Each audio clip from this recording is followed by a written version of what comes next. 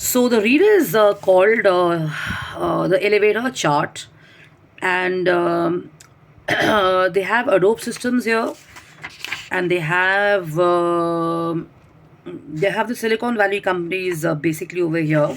So the coach is saying that when we first joined Adobe in 1994, I always thought it was a good idea to remember the names of people, because when you remember people's name, you ran into somebody in an elevator, you ran into somebody in a meeting, you met them in a cafeteria, and you don't remember their name, so that doesn't speak very well.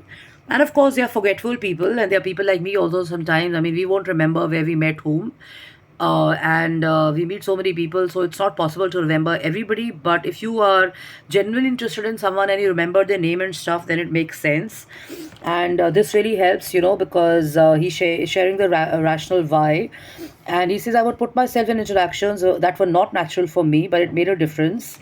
And we realized that we could have this uh, outlook and this uh, as a part of our culture, where we would influence the social aspects, and we would affect the different department functions through this particular outlook.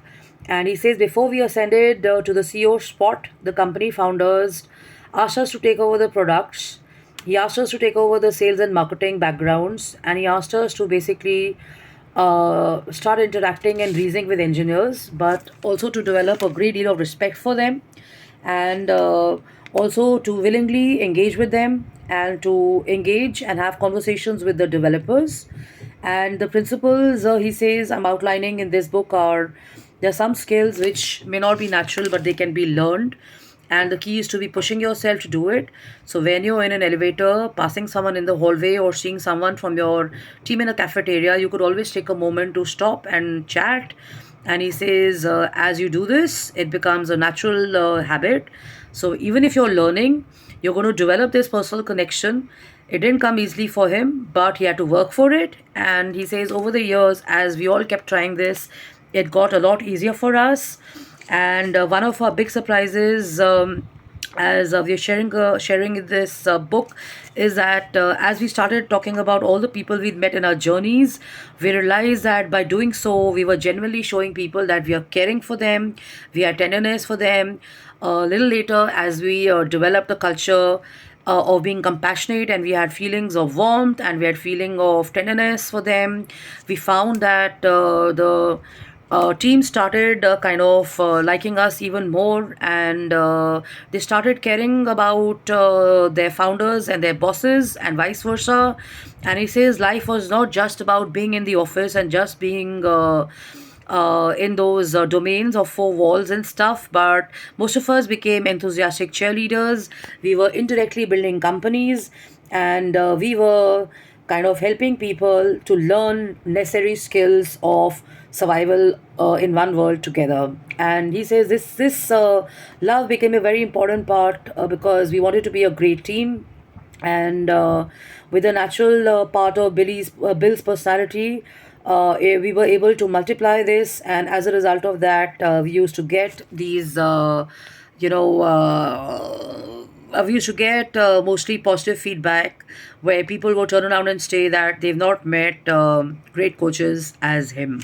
So it's very important, I think, I mean, the message is clear. It's very important that we got to have feelings of warmth. We need to care for people and stuff. Everybody is working. Everybody has personal situations. Everybody has health concerns. Everybody has parents.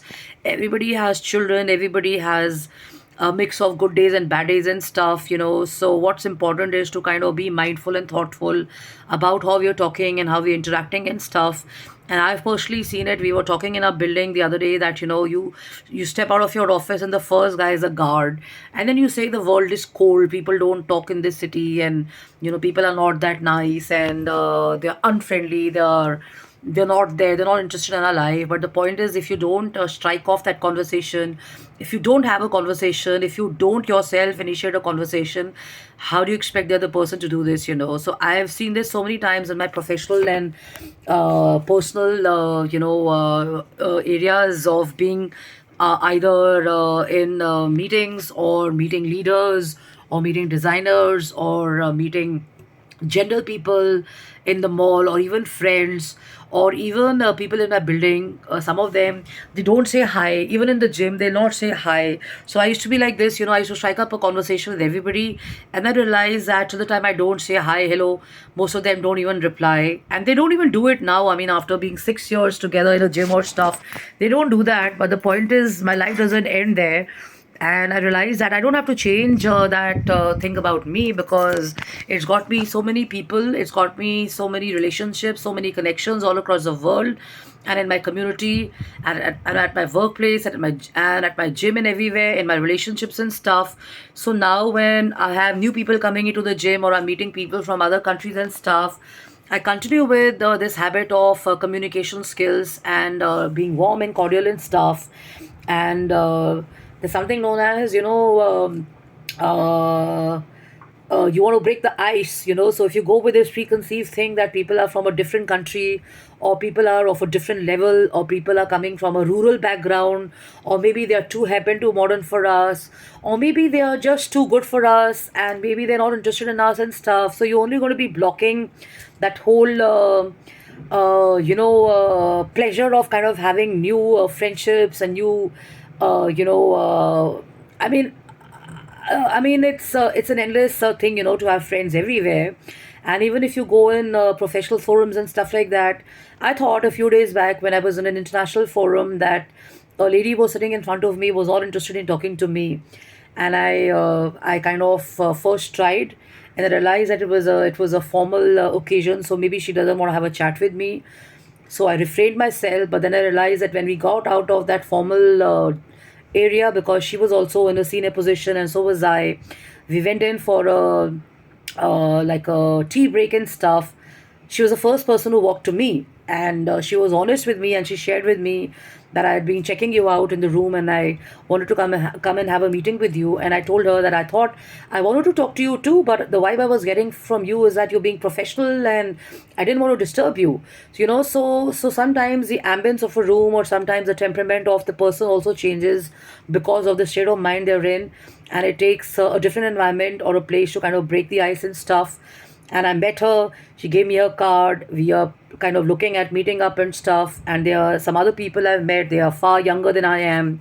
And I thought I could not break the ice with them, but I tried spending some time with them, trying to get to know them, and without kind of thinking about what can I get from them and what can they get from me, I just went with the flow, and I realized I came back meeting at least 20 different people, out of which at least five are going to stay with me. So I'm not saying, and I'm not mentoring you, or I'm not giving you some tips on networking or sales and marketing and stuff. I'm just generally sharing what he has to say, that our role in daily life and in our communities, be it at work or off work or wherever we are, is to be together. And there must be no complaints, and there must be no hang-ups and stuff. And then we can't turn around and say that, yeah, people are not nice to me, people are not talking to me, because the point is you have to put in the same energy and time and stuff. So if you don't do that, then there's no point putting fingers at the other person, because he may be or she may be thinking the same thing.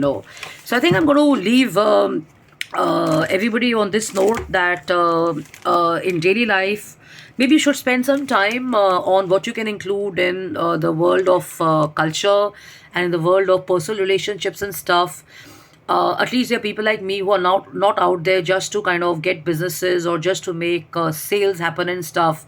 We're genuinely looking at knowing people and interacting and evolving and learning, and stuff like that. So when you meet people from different ages or different stages or different countries and stuff, try and bring your guard down and try and have a conversation around them, because like this guy Bill is saying, the power of warmth and the power of being sensitive, the power of being kind, the power of being an open person definitely opens and makes way for new associations and new friendships. Now, how long are they going to go? Something is something which one doesn't know. But the point is, life is big, life is expansive. Till whatever time you can make the best use of it. There is no rule which says you can't be friends with people of different age. That's what life is all about. That is what being open-minded is all about. And if you have a certain circle or a certain set of people who are linking you with other people because they see you together a lot, and they think there's something going on. Well, you can't change the world and how the world is looking at you. So be clear in what you want from people and stuff, and have amazing relationships and stuff. And try and get this read. It's really nice because he's really mentored people in Silicon Valley, because Silicon Valley's got a whole set of people from all parts of India, so all cultures and all outlooks and different foods, different religious and spiritual sentiments, just difference in cultures and stuff.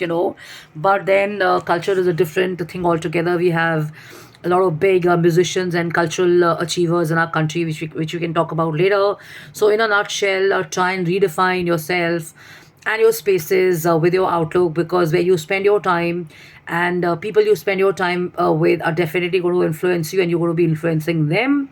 And yesterday I shared this, that the biggest influencer is nobody else but you. So what you learn and choose to influence you is going to help you big time. So it's your choice on how you want to be influenced, what you want to influence yourself with: good, bad, ugly, unpleasant, pleasant, unhealthy, healthy, toxic, super nice, global, regional, international. The choice lies with you.